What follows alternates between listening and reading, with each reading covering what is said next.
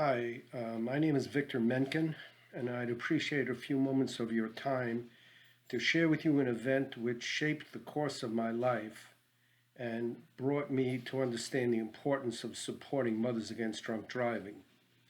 About 30 years ago, my wife, then 2-year-old son, and I were down in Florida with a few objectives. We wanted to spend some time with my mother on the first anniversary of my father's passing a year earlier. And we wanted my mom to have a chance to spend some time with our son, who she had hardly seen. Additionally, we were there to celebrate my father-in-law's 60th birthday, since he lived in Florida as well. After spending a few days with my father and mother-in-law, I picked up my mother and brought her to a restaurant where we were to celebrate my father-in-law's birthday. The plan was to go back to my mother's house with our son after the party so she could spend some time with him. The party was wonderful, and as it ended, needless to say, my mother was eager to return to her house with our son to have her grandma time.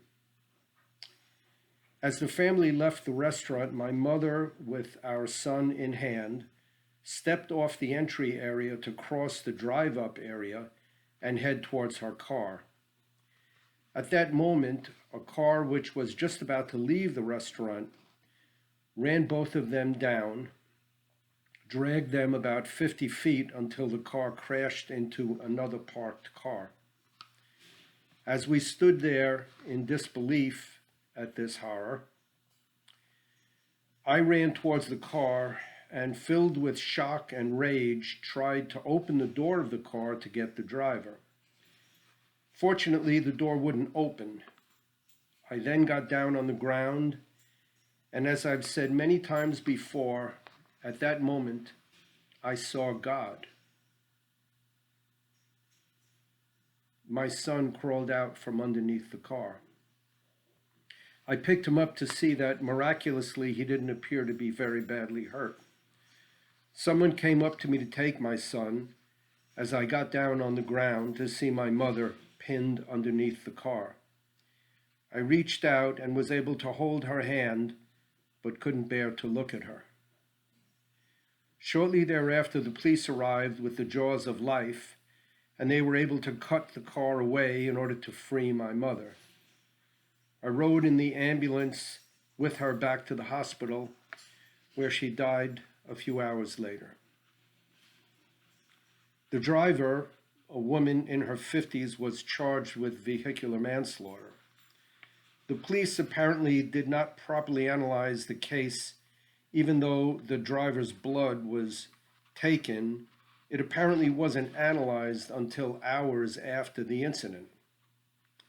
A court-appointed toxicologist testified that even though the blood, when analyzed, was above the legal limit, he couldn't unequivocally state what it was at the time of the incident. The woman was given a 6-month suspension of her license and mandatory attendance at DWI classes. And my mother was dead. Most of us can state with conviction how much we love or loved our mothers and what great and amazing women their mother is or was. Believe me when I tell you that my mother, Mary Menkin, was an extraordinary person. She was one of 7 children of an immigrant family, worked after school in her parents' grocery store after they got sick to keep the family going, got married, raised 2 successful sons, worked throughout her life to help support her family, was an active member of her temple, and was perhaps one of the most generous and moral people I have ever met.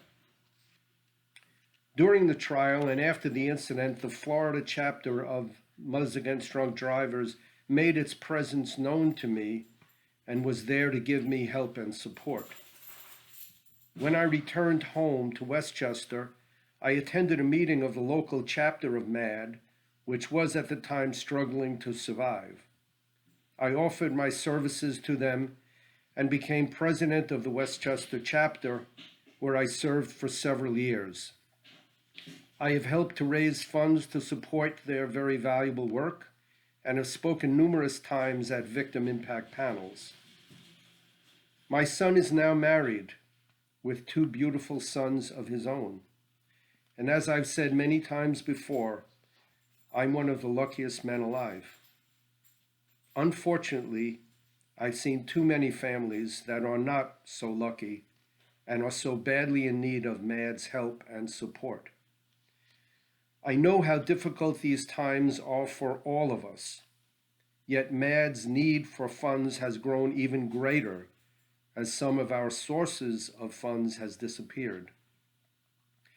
I know how my life has changed by the events I have just described to you, and it is important for me to honor the memory of my dear mother by doing whatever I can to help support the invaluable work that MAD has done by asking you to please donate whatever you are able to afford at this time of our march and this fundraising effort. It is important for me to do what I can to prevent this type of horror from happening to you or your family. Please drive safely and soberly, and may God bless you. Please donate now.